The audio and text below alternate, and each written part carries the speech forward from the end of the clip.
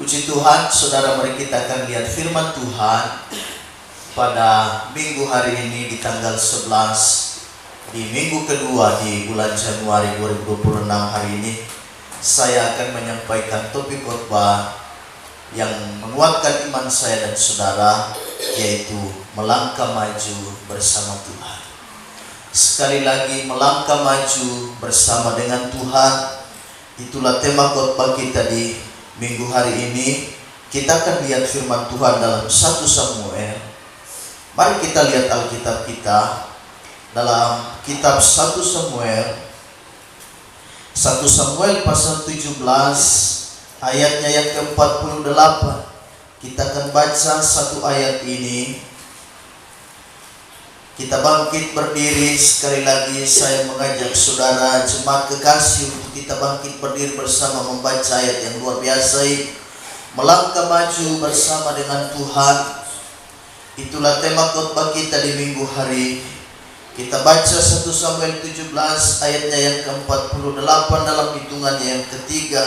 Kita akan baca ayat ini 2, 3 mulai.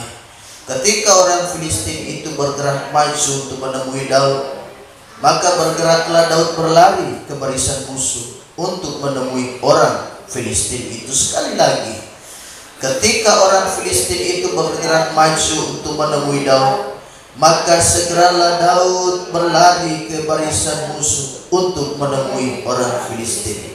Tuhan Yesus memberkati. Silakan duduk ke jemaat kekasih. Nah, kita lihat bahwa firman Tuhan berkata pada hari-hari terakhir, ketahuilah pada hari-hari terakhir akan datang masa yang sukar, masa yang sulit bagi kita umat manusia. Jadi kapan masa yang terakhir itu? Kapan masa-masa yang sukar itu akan menimpa kita? Hari ini kita hidup di masa yang terakhir, akhir dari segala masa, akhir dari segala sesuatu. Kita hidup di akhir zaman. Kita bukan hidup di permulaan zaman. Kita tidak hidup di pertengahan zaman, tetapi kita hidup di akhir zaman. Dan hari-hari terakhir itu adalah hari ini. Hari-hari terakhir yang sukar itu adalah hari ini, saat ini. Karena itu pertetapkan hatimu, jangan gelisah, tetap kuat hati dalam melayani Tuhan. 2 Timotius pasal 3 ayat 1-5 berkata begini. 2 Timotius pasal 3 ayat 1-5. Ketahuilah bahwa pada hari-hari terakhir akan datang masa yang sukar. Manusia akan mencintai dirinya sendiri dan menjadi hamba uang. Mereka akan membual dan menyombongkan diri. Mereka akan menjadi pemfitnah. Mereka akan berontak terhadap orang tua dan tidak tahu berterima kasih. Tidak mempedulikan agama, tidak tahu mengasihi, tidak mau berdamai, suka mencelakakan orang, tidak dapat mengekang diri, garang, tidak suka yang baik, suka berkhianat, tidak berpikir panjang, berlagak tahu, lebih menuruti hawa nafsu daripada menuruti Allah. Secara lahiriah mereka menjalankan ibadah mereka, tetapi pada hakikatnya mereka memungkiri kekuatannya. Jauhilah mereka. Inilah hari-hari terakhir itu. Dan manusia akan melakukan semacam virus, semacam tanda-tanda dahsyat ini yang akan terjadi, dan itu saya dan saudara lewati. Dan kita melihat perkara-perkara yang dahsyat ini sedang terjadi di akhir zaman. Paulus menasihati anak rohaninya Timotius, ketahuilah bahwa pada hari-hari terakhir ini akan terjadi hal-hal seperti ini. Kita harus bahaya, kita harus waspada, kita mawas diri karena perkara-perkara yang terjadi. Jadi melangkah maju bersama Tuhan, kita harus bergerak, karena bersama dengan Allah kita akan lihat kemenangan yang satu lepas kepada kemenangan yang lain. Nah, kita lihat bahwa Daud, kata firman Allah, Daud di sini dia berlari, bukan berlari mundur, tetapi firman Allah berkata dia justru yang mendatangi orang Filistin itu. Ini perkara yang sangat luar biasa yang akan kita pelajari pada pagi hari. Kita lihat bahwa tadi sudah kita baca, Daud itu memang dia tidak kenal takut. Dia menghadapi musuhnya face to face, muka dengan muka. Jadi orang ini luar biasa. Dikatakan bahwa dia berlari, bukan berlari ke belakang meninggalkan orang Filistin, meninggalkan musuh, tidak. Tetapi dia berlari mendatangi musuh. Bayangkan musuh dia datangi. Ini luar biasa beraninya seorang Daud ini. Nah, kita akan lihat bahwa mengapa Daud memilih maju, sedangkan bangsa Israel memilih mundur. Bangsa Israel memilih mundur, sedangkan Daud memilih maju. Kenapa hal itu bisa terjadi? Yang pertama, tidak ada kemenangan tanpa peperangan. Sekali lagi, tidak ada kemenangan tanpa peperangan. Tidak ada mahkota tanpa salib. Jadi kemenangan kita bisa peroleh kalau kita melewati yang namanya peperangan.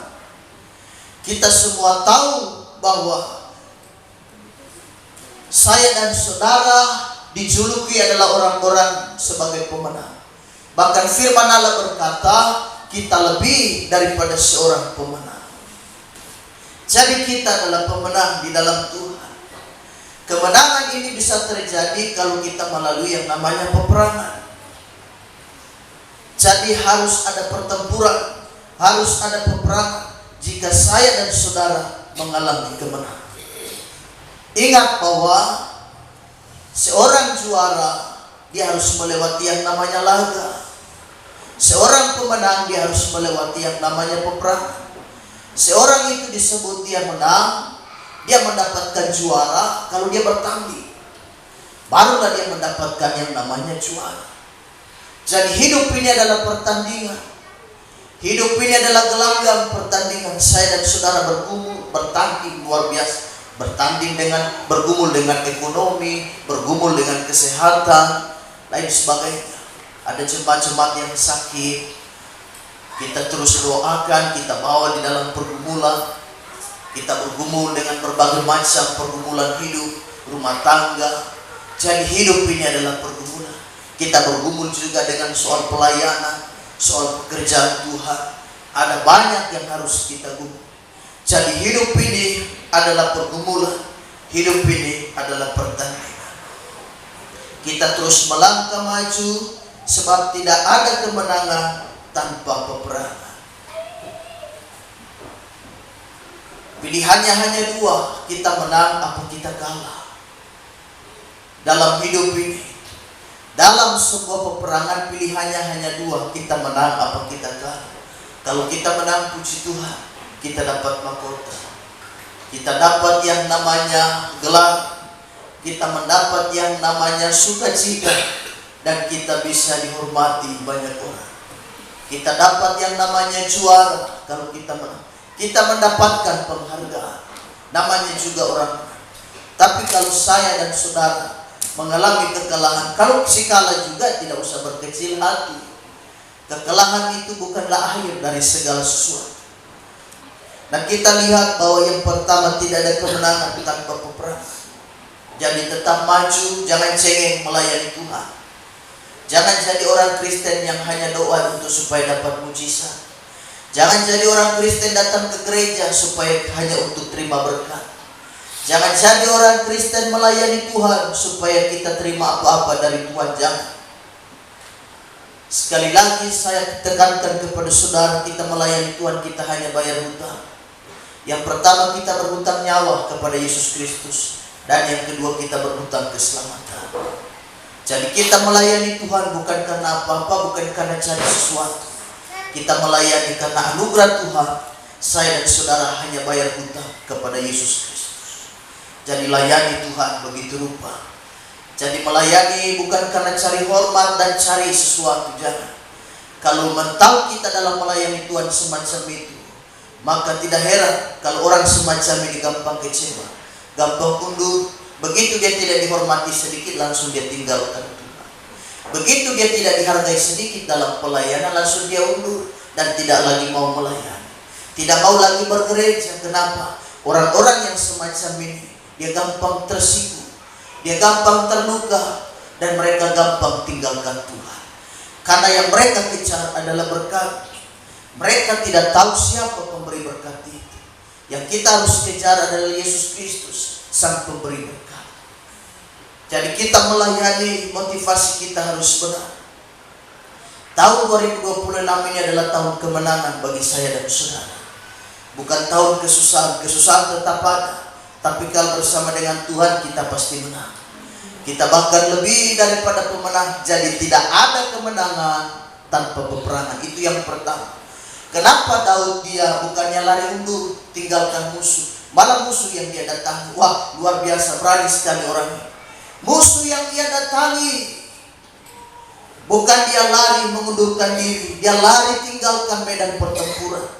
Dia bukan tipe pengecut, tetapi dia adalah seorang pemberani dalam melayani Tuhan. Yang kedua, tindakan itu menghasilkan mujizat.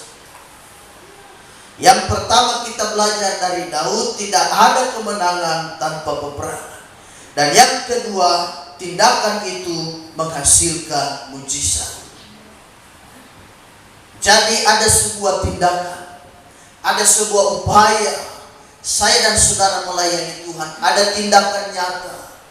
Tindakan-tindakan saya dan saudara menentukan kualitas iman kita dalam melayani Tuhan. Jangan menjadi orang yang hanya berpangku tangan, hanya santai-santai saja. Kita harus menjadi Kristen yang kerja keras, menjadi Kristen rohani yang benar-benar teruji tahan segala sesuatu. Jadi tindakan kita menghasilkan sebuah apa? Sebuah mujizat. Ada pepatah yang berkata, jika kita gagal membuat rencana, maka kita sedang merencanakan kegagalan dalam hidup kita. Sekali lagi, jika saya dan saudara kita gagal membuat rencana, maka kita sedang merencanakan kegagalan dalam hidup kita. Tetapi rencana juga kadang meleset. Rencana juga bagus, planning sudah bagus, rencana sudah bagus, tapi kalau tidak ada disertai dengan tindakan, tidak disertai dengan sebuah aksi, action bersama dengan Allah, maka semua juga sia-sia. Orang itu bukan karena dia gagal tidak membuat rencana. Ada banyak orang punya rencana, planningnya hebat sekali, tapi dia ragu untuk melangkah. Tidak ada aksi. Jadi kadang Allah menunggu tindakan saya dan saudara, barulah Allah bertindak. Ada saat di mana kita berdiam diri lalu Allah bertindak. Tapi ada saat di mana kita bertindak, Allah juga ikut bertindak. Jadi yang kedua adalah tindakan menghasilkan mujizat. Banyak orang hidupnya tidak diberkati karena angan-angan aja, hanya cita-cita saja. Aku bercita-cita mau jadi seorang gubernur, cita-cita. Sedangkan dia belajar saja kagak mau. Aku bercita-cita, aku bisa jadi suatu saat, satu kelak nanti, aku akan menjadi seorang raja. Dia tidak jadi raja, tapi dia menikah dengan seorang pasangan yang kebetulan marganya adalah raja guguk, yang lumayan juga lah. Yang penting ada rajanya kan. Yang penting ada kalimat raja lah. Jadi hanya angan-angan. Angan-angan bagus, cita-cita bagus, tapi harus disertai dengan tindakan, harus disertai dengan perbuatan. Saya dan saudara, tindakan menghasilkan mujizat. Yakobus 2 ayatnya yang ke-22, firman Allah berkata, Yakobus 2 ayat 22, kamu lihat bahwa iman bekerja sama dengan perbuatan-perbuatan, dan oleh perbuatan-perbuatan itu iman menjadi sempurna. Jadi iman dengan tindakan itu rupanya dia sinkron. Dia bekerja sama. Beriman, amin, tetapi harus ada perbuatan. Iman tanpa perbuatan, maka dia menjadi sia-sia, kata firman Allah. Jadi beriman, amin, puji Tuhan, tapi disertai dengan tindakan. Disertai dengan satu tindakan nyata bagi saya dan saudara. Ibrani 11 ayatnya yang pertama. Ibrani 11 ayat pertama, firman Allah berkata, iman adalah dasar dari segala sesuatu yang kita harapkan, dan bukti dari segala sesuatu yang tidak kita lihat. Ayatnya yang kedua, sebab oleh imanlah telah diberikan kesaksian kepada nenek moyang kita. Jadi iman adalah dasar dari segala sesuatu yang kita harapkan dan bukti dari segala sesuatu yang tidak kita lihat. Iman disempurnakan oleh tindakan. Percaya Tuhan itu luar biasa, amin. Percaya Tuhan itu penuh dengan kuasa, amin. Percaya Tuhan bahwa Tuhan itu sanggup melakukan segala sesuatu, amin. Bagus untuk hal itu. Tapi kalau kita tidak bertindak, maka semua gugur, semua tidak ada arti. Percaya Tuhan sanggup melakukan mujizat, amin. Betul, bagus untuk hal itu. Kakak percaya Yesus sanggup menyembuhkan sakitmu, amin. Bapak Pendeta, saya iman. Tapi kalau kita tidak ada tindakan nyata, tidak ada langkah iman, maka semua menjadi sia-sia. Saat bangsa Israel akan memasuki tanah perjanjian, yang harus mereka lewati tantangan terakhir adalah mereka harus melewati sungai Yordan. Karena sungai Yordan pada saat itu sedang meluap banjir besar. Para imam di depan mereka pikul tabut perjanjian Allah. Tetapi dengan iman mereka percaya bersama dengan Tuhan mereka akan melewati sungai Yordan yang telah meluap itu. Langkahnya apa? Mereka melangkah, lagi banjir mereka melangkah. Tapi tahukah saudara, saat mereka sementara banjir bukan saat melangkah banjir langsung berhenti. Oh enggak, sementara banjir. Jadi sementara banjir mereka melangkah, imam di depan pikul tabut. Tetapi tahukah saudara, saat mereka melangkah mujizat Allah terjadi. Di mana setiap telapak kaki mereka diinjakkan, di mana saja kaki mereka berpijak, di situ menjadi kering. Jadi melangkah jadi kering, melangkah jadi kering. Jadi kaki mereka di mana diinjakkan, di situ terjadi kering. Jadi ini luar biasa. Ada sebuah tindakan saya dan saudara melayani Tuhan. Kita lihat kenapa Daud begitu percaya sekali bahwa dia sanggup untuk menumbangkan manusia raksasa orang Filistin. Karena dia imani, dia percaya. Dia berkata kepada Raja Saul, Tuanku hambamu ini biasa menggembalakan kambing domba milik bapa ayahnya yaitu Isai, beberapa ekor saja. Tetapi ketika beruang, ketika singa datang untuk menerkam dan memangsa domba-domba itu, aku akan menangkap itu hewan-hewan liar itu, hewan-hewan buas itu, dan aku membunuhnya. Jadi dia percaya kalau Allah yang menuntun dia dan pelihara dia serta menolong dia saat dia menggembalakan kambing domba milik ayahnya. Dia percaya juga dia akan terluput dari tangan Goliat. Jadi ada sebuah tindakan. Karenanya kita lihat luar biasa. Begitu batu dipasangkan kepada umbannya yang ada di tangannya, dan dia mulai arahkan kepada Goliat manusia besar itu. Kita lihat pas sasaran. Batu itu tepat menancap pada dahinya, dan itu yang membuat Goliat dia tumbang, dia mati seketika. Luar biasa. Kenapa Daud begitu berani? Karena dia imani. Dia percaya, dia bukan hanya sekedar percaya, tapi dia langsung melangkah kepada barisan musuh. Sambil beriman, sambil percaya, dia datangi musuh loh, saudara. Ada kan kita beriman tapi ciut, ini disembuhkan Tuhan apa tidak? Ini saya kalau melangkah kira-kira saya ditolong Tuhan apa? Jadi kadang-kadang kita begitu. Iman kita menjadi ragu. Tetapi Daud sambil percaya, dia sambil melangkah mendatangi musuh. Dia yang datangi musuh, bukan musuh yang datangi dia. Kenapa? Karena dia percaya Allah yang telah menolong dia saat dia menggembalakan kambing domba milik bapaknya. Dia juga imani bahwa Allah yang sama akan melepaskan dia dari tangan Goliat.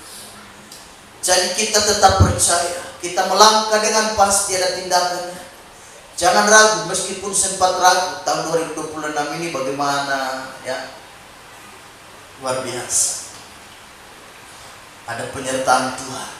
Tahun 2026 Allah akan beserta kita. Dia Allah Immanuel, dia Allah yang tidak tinggalkan kita. Saya pernah katakan, hidup bersama Tuhan bukan kita bebas dari masalah. Hidup bersama dengan Tuhan bukan berarti kita tidak ada pergumulan. Masalah ada, pergumulan tetap ada. Tapi hebatnya kita bisa melewati. Kenapa? Karena bersama. Yang saudara pikir, oh, kenapa melayani Tuhan kok masalah terus? Saya kan sudah setia. Saya kan seorang pelayan Tuhan. Kok masalah terus? Katanya Tuhan itu hebat. Katanya Tuhan itu luar. Buktinya saya banyak pergumulan. Hidup bersama Tuhan bukan berarti kita bebas dari masalah. Masalah terus ada, persoalan terus datang, tapi saya dan saudara bisa melewati. Karena bersama dengan Allah, kita dimampukan untuk melangkah dari tanda heran satu kepada tanda heran yang lain. Kita bisa melangkah, kita bisa berjalan. Kalau orang dunia tidak ada, mereka ambil jalan pintas, bunuh diri, gantung diri, mengakhiri hidup jauh lebih baik. Itu bagi mereka. Kenapa? Mereka tidak punya pengharapan. Mereka tidak ada harapan di dalam Tuhan. Tapi bagi kita anak Tuhan, kita imani bahwa kita masih punya Tuhan yang besar. Jadi jangan kecut hati, jangan tawar hati. Tidak boleh, masih ada Tuhan. Jadi jemaat kekasih, kau yang hari-hari ini mungkin sedang bertanya-tanya tahun 2026 akan seperti apa. Percayalah, Tuhan pasti akan menolong kita. Jadi tetap maju melangkah bersama Tuhan. 1 Samuel 17 ayat 33 sampai 37. Saya akan bacakan ayat ini. 1 Samuel 17 ayat 33 sampai 37. Tetapi Saul berkata kepada Daud, tidak mungkin engkau dapat menghadapi orang Filistin itu untuk melawan dia, sebab engkau masih muda, sedang ia sejak dari masa mudanya telah menjadi prajurit. Tetapi Daud berkata kepada Saul, hambamu ini biasa menggembalakan kambing domba ayahnya. Apabila datang singa atau beruang yang menerkam seekor domba dari kawanan, maka aku mengejarnya dan menghajarnya dan melepaskan domba itu dari mulutnya. Kemudian apabila ia berdiri menyerang aku, maka aku menangkap janggutnya, lalu menghajarnya dan membunuhnya. Baik singa maupun beruang telah dihajar oleh hambamu ini. Dan orang Filistin yang tidak bersunat itu, ia akan sama seperti salah satu daripada binatang itu, karena ia telah mencemooh barisan daripada Allah yang hidup. Pula kata Daud, Tuhan yang telah melepaskan aku dari cakar singa dan dari cakar beruang, dia juga akan melepaskan aku dari tangan orang Filistin itu. Kata Saul kepada Daud, pergilah, Tuhan menyertai engkau. Kenapa Daud yakin kalau Goliat mati, nanti mati di tangan dia? Karena dia sudah melihat penyertaan Tuhan. Waktu dia membunuh singa, membunuh beruang, binatang-binatang buas saat menerkam domba, kambing domba milik Bapa. Allah menyertai dia. Bayangkan manusia bisa kalahkan singa. Ini di luar logika kita. Harusnya manusia jadi mangsa daripada singa. Singa harus memangsa manusia. Tidak sepadan, tidak seimbang. Jika manusia berhadapan dengan singa, apatah lagi dengan beruang.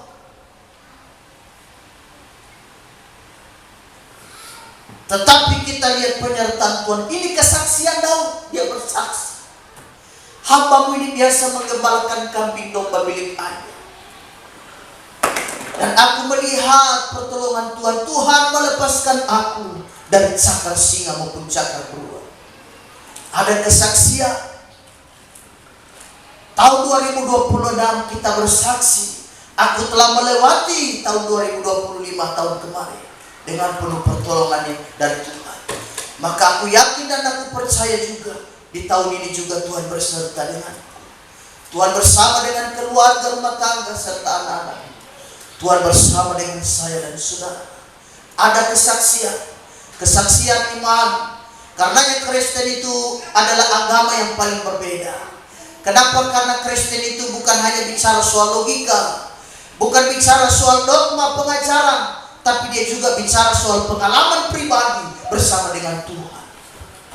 Ada pengalaman pribadi itu yang kita ceritakan dan kita bisa bagikan kepada orang lain, kepada saudara-saudara kita. Itu intinya Kristen itu. Itulah dahsyatnya seorang yang rohani itu, seorang yang melayani Tuhan. Kita bukan hanya bicara tentang firman saja, amin, soal firman Allah, tapi kita juga bicara bagaimana firman itu jadi hidup dalam kita dan kita mengalami. Jadi Kristen itu hebatnya adalah kita mengalami langsung dari Tuhan. Seperti kata Ayub, dulu aku mendengar Tuhan dari apa kata orang. Dulu aku mendengar tentang Dia daripada kata orang, apa kata orang. Tetapi mataku sendiri telah melihatnya. Aku menyaksikannya secara langsung. Jadi kita hidup bukan hidup dari apa kata orang. Kata orang bicara ini loh, orang bicara begini loh. Kalau kita dengar apa kata orang, kita tidak ibadah, gereja kosong. Karena kita semua kecewa, karena kita lebih sering dengar apa kata tetangga. Tetangga bilang gini, kita cium. Tetangga bilang gini, kita langsung down. Kita langsung tinggalkan Tuhan dan mundur, tidak mau melayani. Tapi kalau kita dengar apa kata Tuhan, maka kita maju terus, melangkah terus bersama dengan Tuhan. Jadi ada tindakan nyata. Daud percaya dia bisa kalahkan Goliat karena dia pernah mengalami Tuhan waktu dia menggembalakan kambing. Dia melihat pertolongan Allah. Allah menolong dia, membantu dia saat dia membunuh singa, membunuh beruang. Luar biasa. Jadi dia bilang beruang saja dan singa saja dia bisa bunuh, apalagi manusia ini.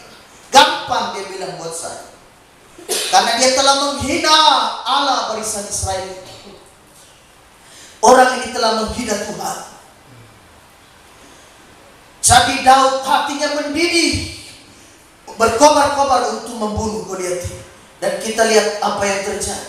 Dia berhasil membunuh manusia besar. Kenapa? Karena pertolongan Tuhan. Hanya dengan umban, hanya dengan alih-alih KTP itu bisa membunuh manusia raksasa itu mustahil punya. Memang kalau kita bersama dengan Allah, kadang hal-hal yang tidak masuk logika manusia, kita pikir wah ini tidak mungkin, tapi bisa terjadi. Itulah Tuhan. Kalau Tuhan apa-apa semua masuk di otak. Apa-apa kalau Tuhan itu semua bisa kita terka dan kita bisa ukur dengan kita punya matematika, kita punya cara, kita punya perhitungan. Itu bukan Tuhan, itu Pak RT. Karena Pak RT kita bisa tahu, oh dia sebentar malam jalan ke sini, jam 12 nanti datang bertamu di rumah saya, betul. Itu manusia, kita bisa menerkan.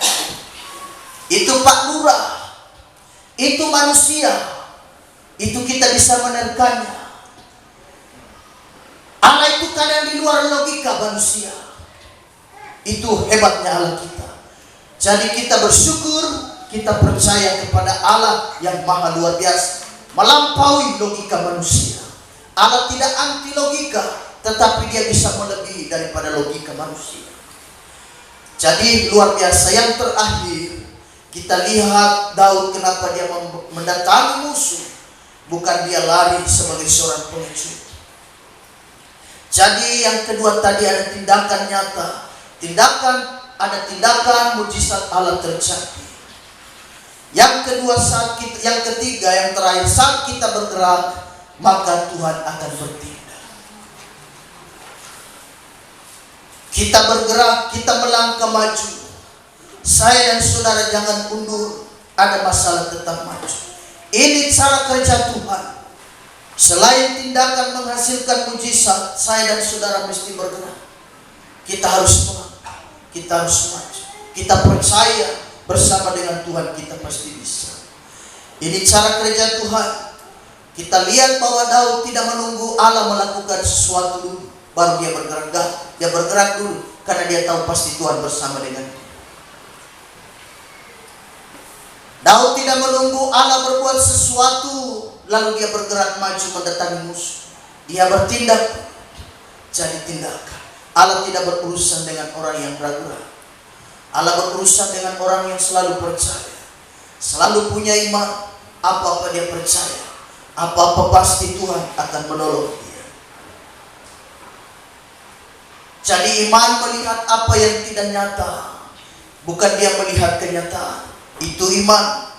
Iman melihat sesuatu yang belum dilihat orang, tapi dia percaya hal itu seolah-olah telah dia terima.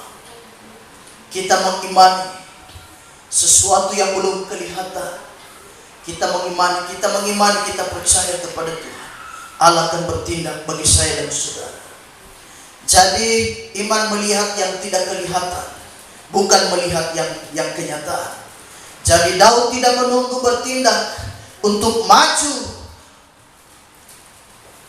menunggu Allah melakukan sesuatu, tetapi Daud memilih untuk dia bertindak. Dan Allah, kita lihat Allah melakukan sesuatu buat dia. Percaya itu tidak melihat tanda, tetapi percaya itu bertindak tanpa bertanya. Sekali lagi, percaya itu tidak melihat tanda, tapi percaya itu dia bertindak tanpa bertanya. Tidak usah komentar, pokoknya kita maju terus. Seperti Abraham, Allah suruh dia keluar dari negerinya, keluar dari kurkasnya, pergi ke salah satu tempat yang Tuhan akan tunjukkan buat dia. Dia tidak komentar, dia tidak tanya kemana Tuhan, jalur mana yang harus aku pilih, apa yang aku harus bawa. Dia melangkah dengan iman, karena yang suruh dia ini bukan manusia, yang suruh dia ini Tuhan. Jadi kalau Tuhan yang suruh melangkah, Tuhan juga pasti pelihara. Kalau Tuhan yang suruh jalan, Tuhan juga akan berkati dia dalam perjalanan. Tidak usah bertanya bekal apa yang harus saya bawa, tidak perlu.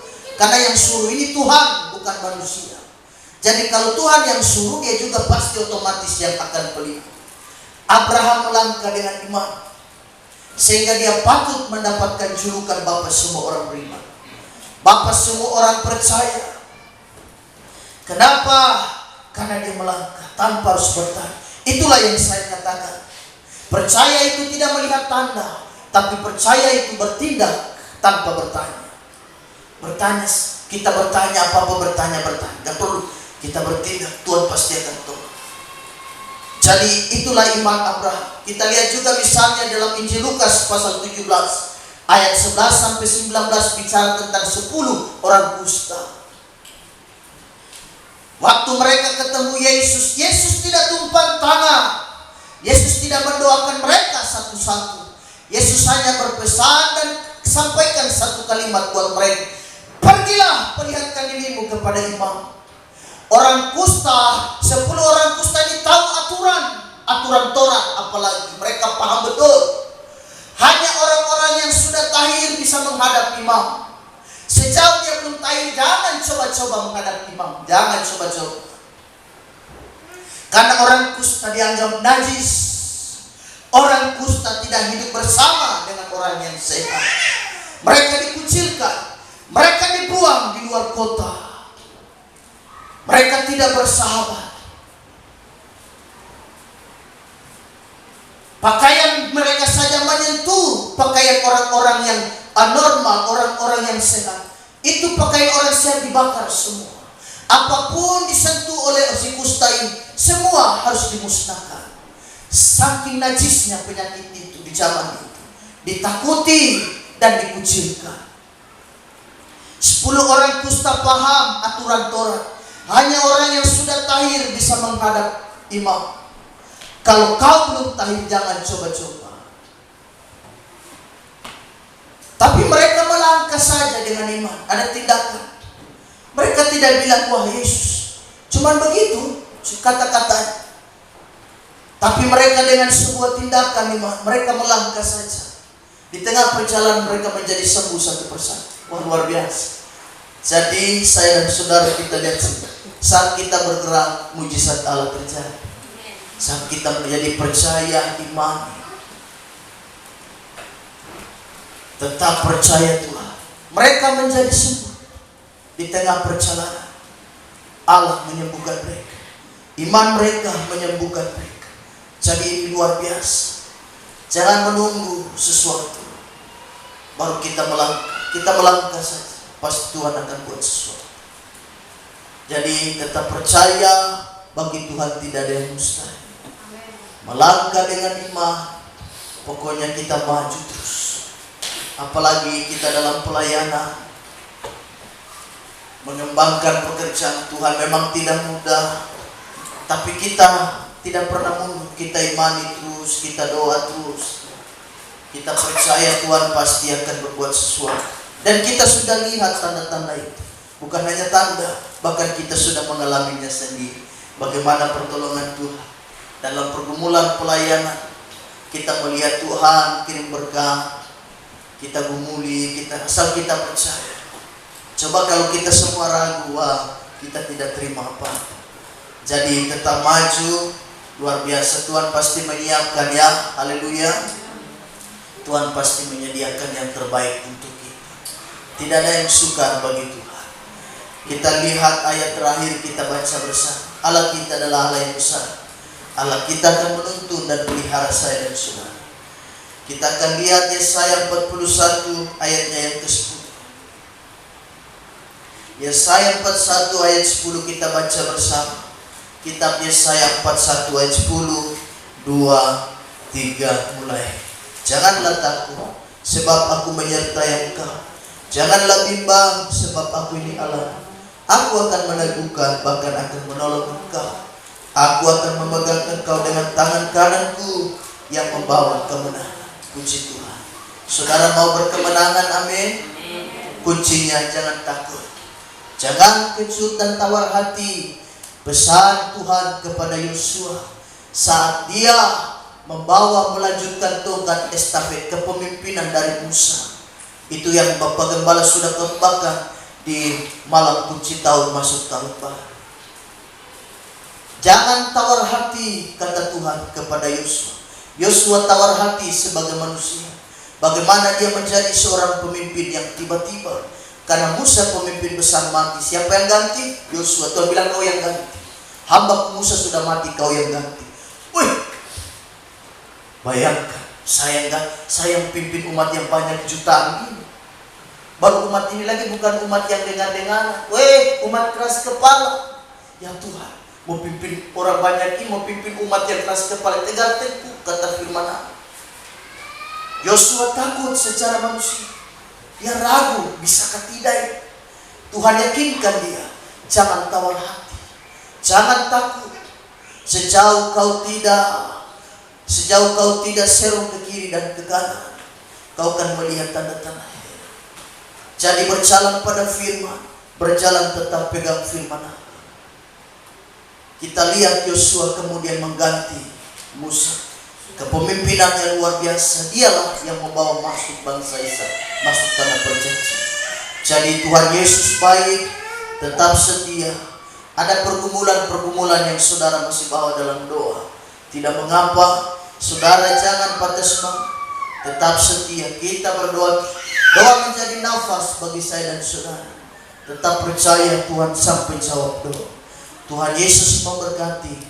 Kita masuk dalam doa. Kita bersyukur buat firman Tuhan. Haleluya.